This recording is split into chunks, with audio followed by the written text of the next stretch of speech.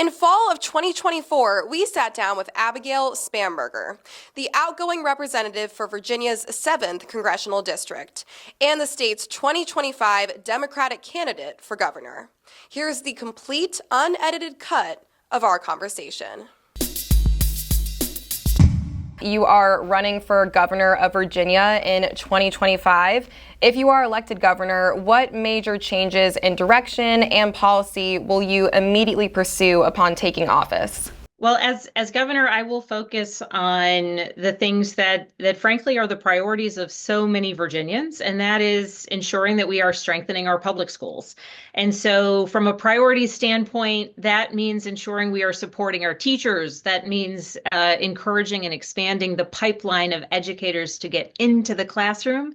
That means working on real challenges as they relate to retaining good quality teachers. It also means making sure that our kids are safe in school. And so that's an important and expansive priority of preventing gun violence in our communities, again, at school, but across our communities. And recognizing the challenges that families face, I will prioritize lowering costs, including the cost of housing. And as a core tenet of that, we have to focus on ensuring that the supply of housing in Virginia is growing with the number of folks who want to live in our wonderful Commonwealth.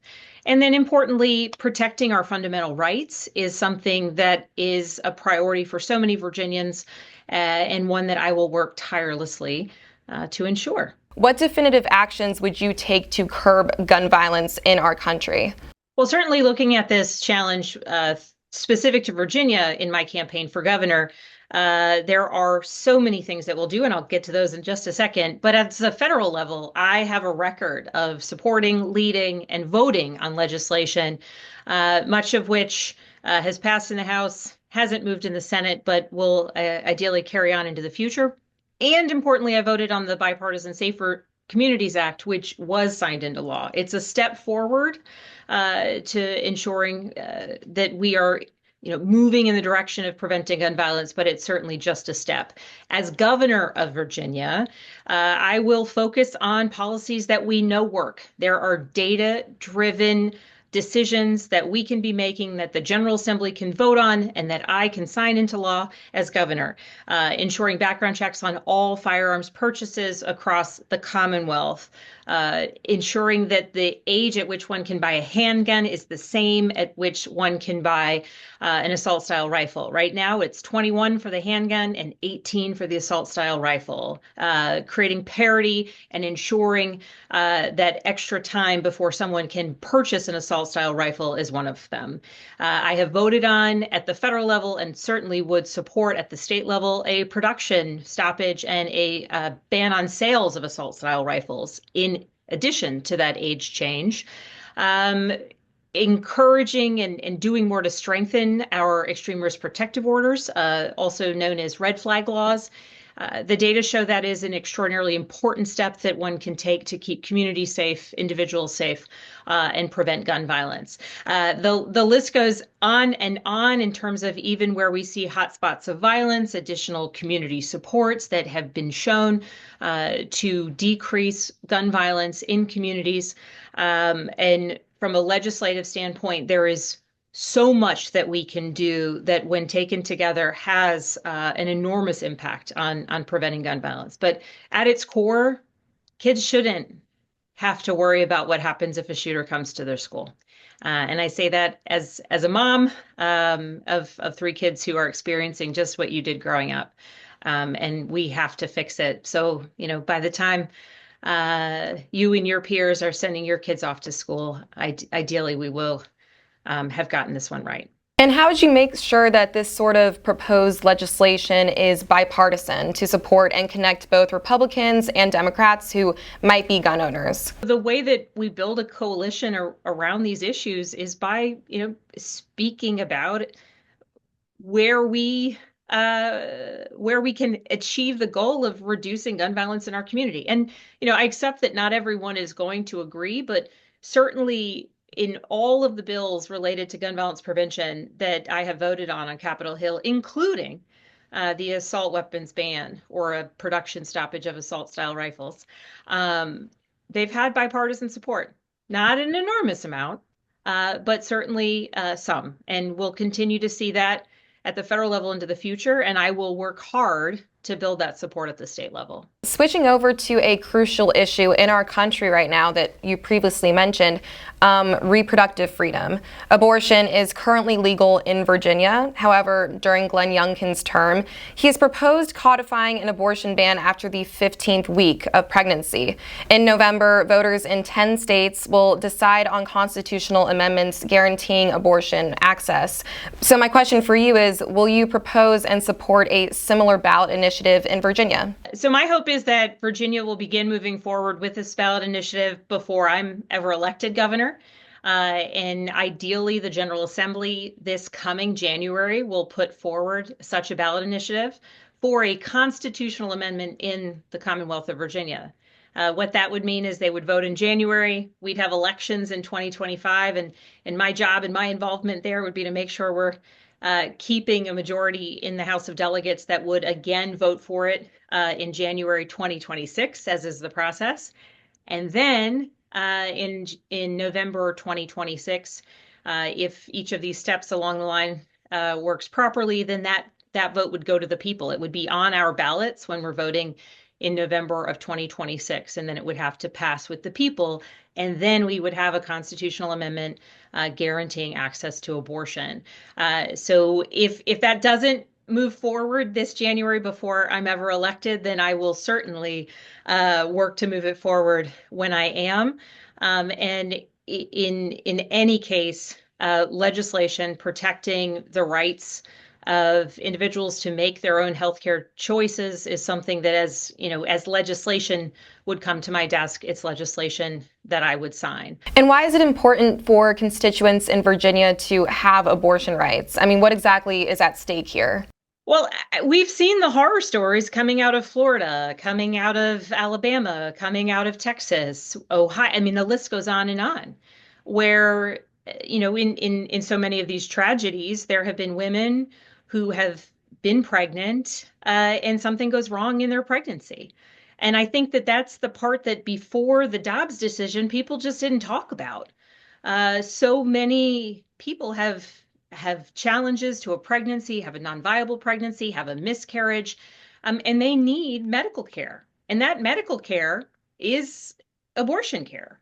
And so the idea that a woman needs to nearly bleed to death in the hospital parking lot before a DNC will be provided is outrageous. And so guaranteeing that a woman can make her own choices, that a doctor is free to practice medicine and make important recommendations about how, you know, a woman can protect her own life, her own fertility, and importantly,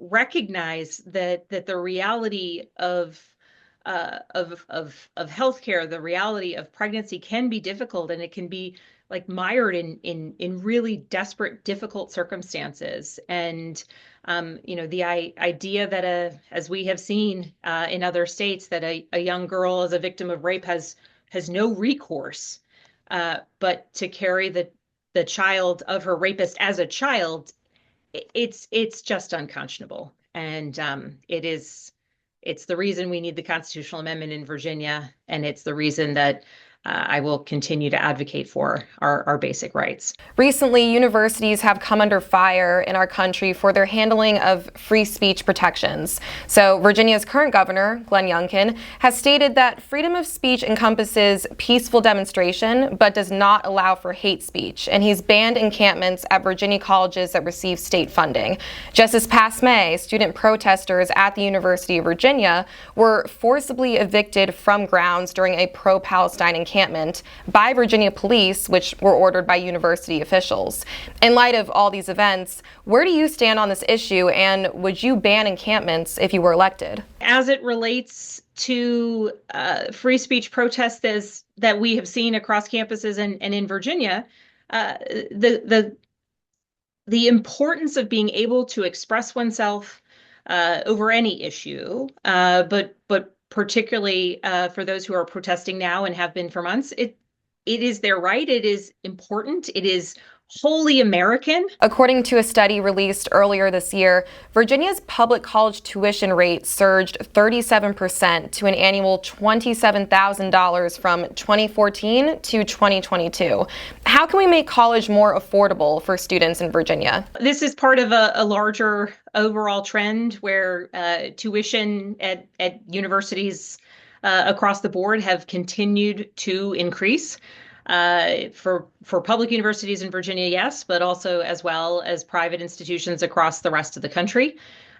Certainly, there are a variety of reasons that many would give for this, from facilities and on-campus offerings to resources, et cetera.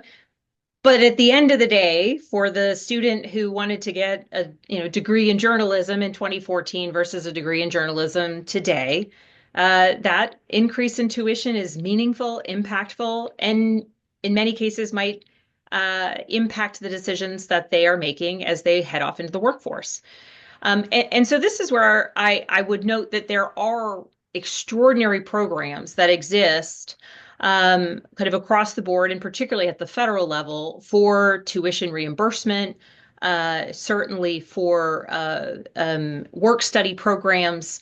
And under the Biden administration, as a member of Congress, I've been involved in the work to expand some of the public service loan forgiveness, which is an expansive program that is forgiven or paid back loans for people across the country to the tune of millions and millions of dollars. And I know that doesn't meet the need of everyone, but it is a resource that, frankly, far too few students know is an option. That doesn't get at the overall issue of college affordability, which, across the board, as a society, not just as someone running for governor, we have to kind of understand why rates continue to increase as they do, because it is not it's not sustainable for students. What would you say to young voters to encourage them to show up to the polls this November for the presidential election? Perhaps voters and constituents that might attend the University of Virginia. I would remind everyone that throughout history, the right to vote has been a right that has been restricted. It's a right that people have long been denied. It's a right that people died to be able to exercise. And so when you're thinking about whether to cast a ballot or for whom to cast a ballot, I would urge people to just recognize that we do not live in a perfect system. Our politics needs a lot of improvement. You may not agree with every single position of a particular candidate, or some of the things they talk about might not be resonant to you, but they are resonant to other people across the community. And so I would just urge people to recognize and value the fact that our votes, like the ability to vote, is such a sacred right. It's a civic duty and responsibility. And sometimes it may seem like just one other thing to add to your to-do list. But when we look at what happens when many, many people opt out of voting or opt out of our system, fewer and fewer voices get heard. And so particularly for younger voters, particularly for voters on grounds, like, your vote matters, your opinion matters. And the way in our democratic system of governance that we make those voices heard is through our vote. And even if your candidate's not going to win, vote so that the other person knows that that there's a constituency that liked the opposing ideas better. Even if you think your candidate is going to win, make sure they have a slightly larger mandate. And I would just implore everyone that I know, particularly for people on grounds at this moment, the entirety of your political experience has been one where politics is just really chaotic. It hasn't always been this way, and it doesn't need to continue this way. And so please, please, please, if please consider voting. It truly matters, because that's where every decision from, the rights we have over our bodily autonomy to the education that we do or don't receive to, efforts to improve housing affordability to the clean air we breathe and the water we drink, like all of it comes back to the people who are making decisions at the local level, the state level, and the federal level. And we always do pay attention when it's the president, but actually it's every single level matters because different decisions are made at different levels, and they're all important. So please, please get engaged, please vote, and please know that your vote absolutely matters. And for my last question, I just have one more. Since you're a UVA alumni, I just wanted to know, what is your Bodo's order? Okay. So it depends if it's just a regular day. And also, I'm of the generation that waited forever for the corner Bodos to exist. So for years and years and years, it was coming soon. And now anytime I go back to Charlottesville, the joy in my heart seeing that Bodo's on the corner is immense and expansive. And so Bodo's order. I mean, I like a bagel with lox. That's an easy one. They do it well because they give you lots of cream cheese. I'll give my husband's Bodo order because I think it's weirder. It's a blueberry bagel with bacon, egg, and cheese, which sounds maybe gross, but it's actually delicious. Well, I'll have to try that to see for myself. Thank you so much for your time. This was a lovely interview, and I really appreciate you coming here. Thank you so much, Leilani. I appreciate it.